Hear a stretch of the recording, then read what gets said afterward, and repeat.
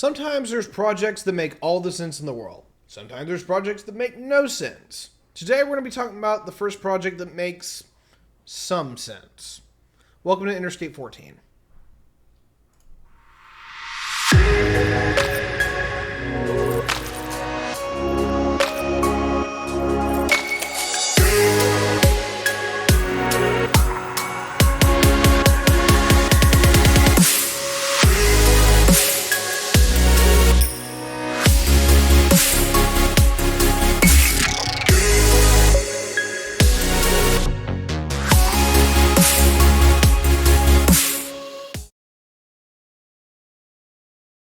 What's going on, everybody? It's good to see you. Hope you're all doing well. I hope everything is good.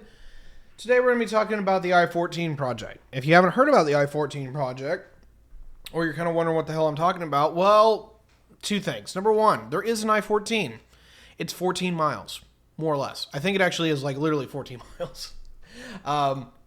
But it's in Texas, and it's a connection between I-10 and a connection between I-35 in Temple, Texas, to Fort Hood, Killeen, and Killeen, Texas, Fort Hood, Texas, which is about literally just a couple of miles. It's not terribly too much.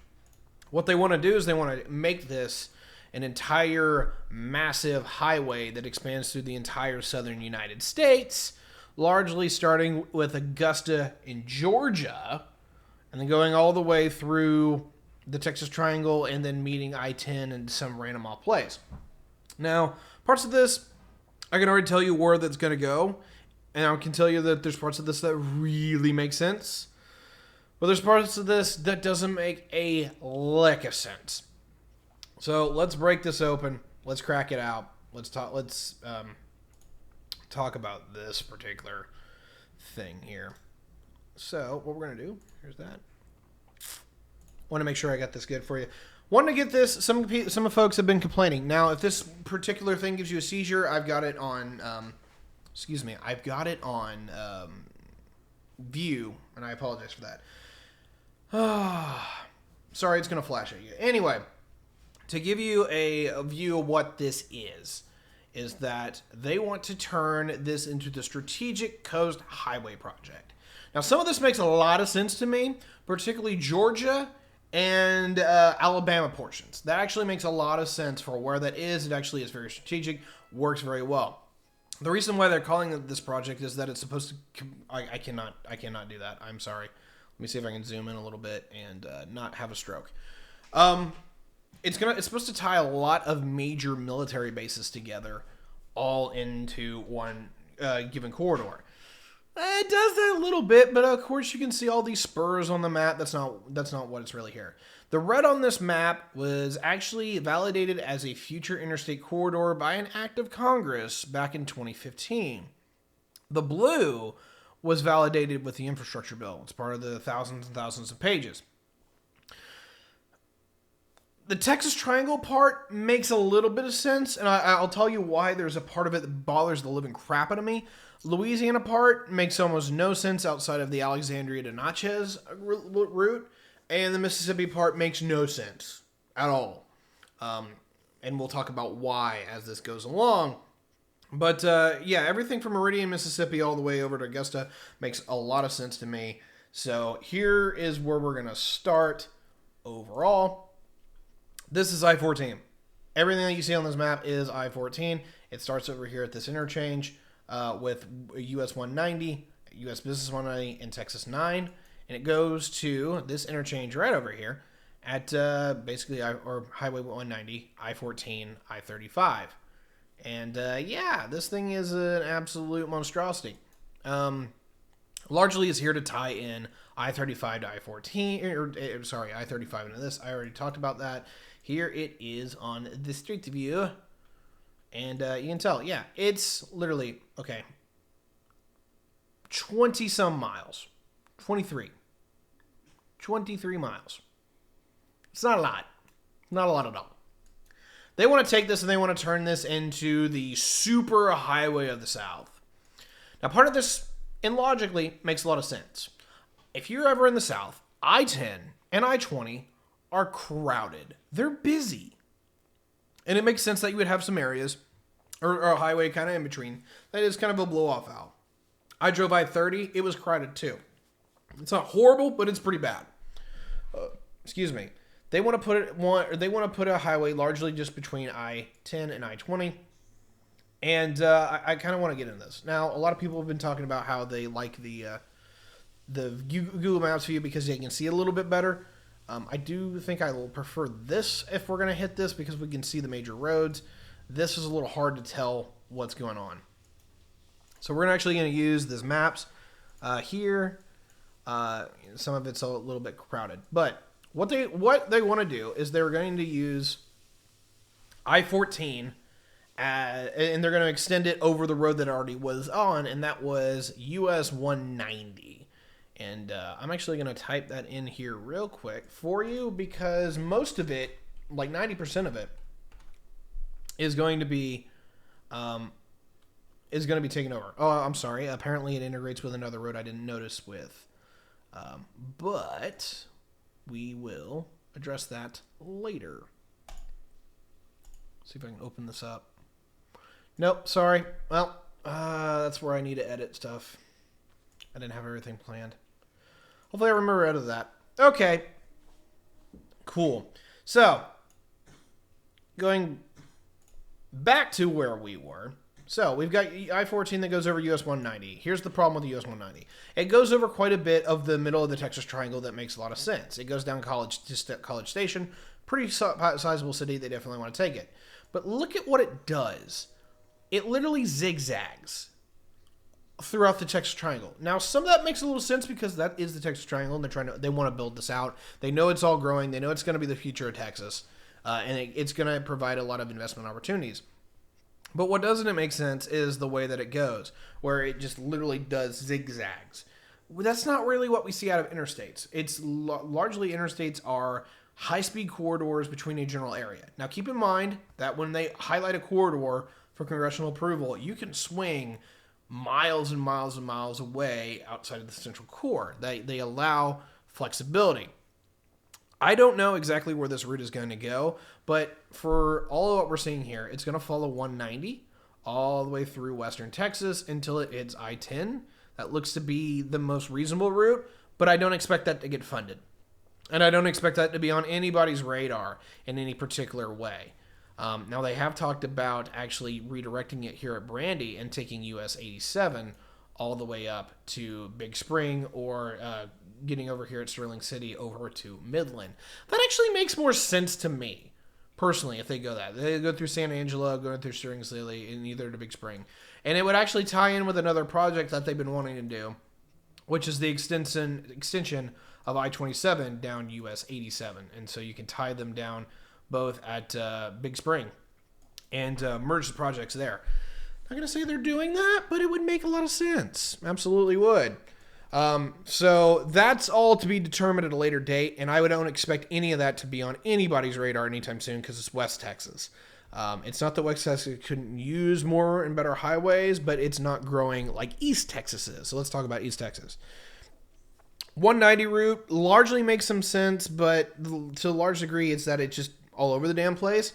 They want something that's going to be a little bit more constructive in where it's going to go. Now, the big thing about eastern Texas here is that US 59 is going to be part of the I-69 project, so that area is going to be served. Otherwise, it would make more sense if you actually had I-14 come out of Austin and go to Houston. We're not going to see that. We're going to see something that goes literally through the middle of this triangle here. And it actually does work out really well. Largely, it's going to be Temple to College Station is going to be the big thing, and then likely it's going to be to Huntsville. And you can see that on this particular map at least the areas that it's going to try to hit. Now, granted, some of these cities are not going to be in its particular way, like Lufkin, but some of these make some sense overall. And when you can see it on a map, swinging down to College Station, going over to Huntsville, crossing into Livingston and the Jasper, Leesville, all the way out to Alexandria. It makes at least a little bit of sense, but it goes through some pretty rough terrain in eastern Texas and western Louisiana. And this is the part where it doesn't make sense to me. In the Texas Triangle, plenty of investment opportunities there. It's all building out. It's all going to be part of the growth of the Texas Triangle. Works. East Texas, you can do it, but it's now going to be largely served by the I-69 project, and that will be getting fixed, but we're going to talk about that later when we get there. Moving into Louisiana. Connecting Leesville, Alexandria, into Natchez, which is in Mississippi, actually. Makes a little bit of sense, but Alexandria is the only strategic point here that really is on everybody's radar. Louisiana has a few other projects that they're wanting to do. I-69 is the big project that's getting done here, and we're also looking at the I-49 project, which is coming up. But the I-49 project in Shreveport still needs to be finished. The I-49 project either going south in the Lafayette, which has been talked about, and finishing out its route of I-90 into southern New Orleans, is congressionally mandated by Congress. Whether we're going to see that or not necessarily sure. It only gives a bypass for largely folks going on I-10 around that way if they get it up to interstate quality. Otherwise, it's just better to go to I-10 to Baton Rouge and then down into New Orleans itself. Not going to say one of these are better than the other, but the general point here in a nutshell is that the I-49 project, which I know I'm digressing a little bit here, is on Louisiana's radar. And then as soon as that project is largely done, you're going to see the I-69 project tying in with Texas, because Texas is telling them that the moment they can figure out how to get funding for it, they're going to tie into it. And largely what this is going to be is the US 59 project here around Joplin. It's going to go up around Shreveport and up into Arkansas. And I apologize that we're completely off base here, but if you look at this in any particular regard, the corridor for I-14 is Jasper, Leesville, Alexandria, and Natchez. This doesn't make a lot of sense. There's nowhere you want to go in this particular corridor unless you're trying to bypass everything, but it doesn't tie into anything else in a regard that makes you want to take this road. So I'm thinking that most of these states will avoid this because it doesn't really line up with anywhere that they want it to go. Other side of that is that they have to get funding for it, and unless Congress is going to pay for it like they did for the original interstate program, I don't see it. I think if they build this thing, it's going to be literally another I-64. So yeah, I'll talk about that later. Continuing on where it goes is that it's going to go from Natchez to Holcomb to Hattiesburg. That makes a little bit of sense. It will tie in with I-59 here. At Hattiesburg, it's going to go up to Meridian, and then tie in with I-20, and then jump off here at US 80. Okay, here's where this corridor makes a lot more sense. US 80, starting off just outside of Meridian, goes all the way through some of these areas here, Selma, Montgomery, ties into Columbus, which is Fort Benning, ties into Macon, Georgia, pretty nice place, been there, and eventually you get into Augusta, and this is where it all comes out and it ties back into I-20. This route makes a lot of sense.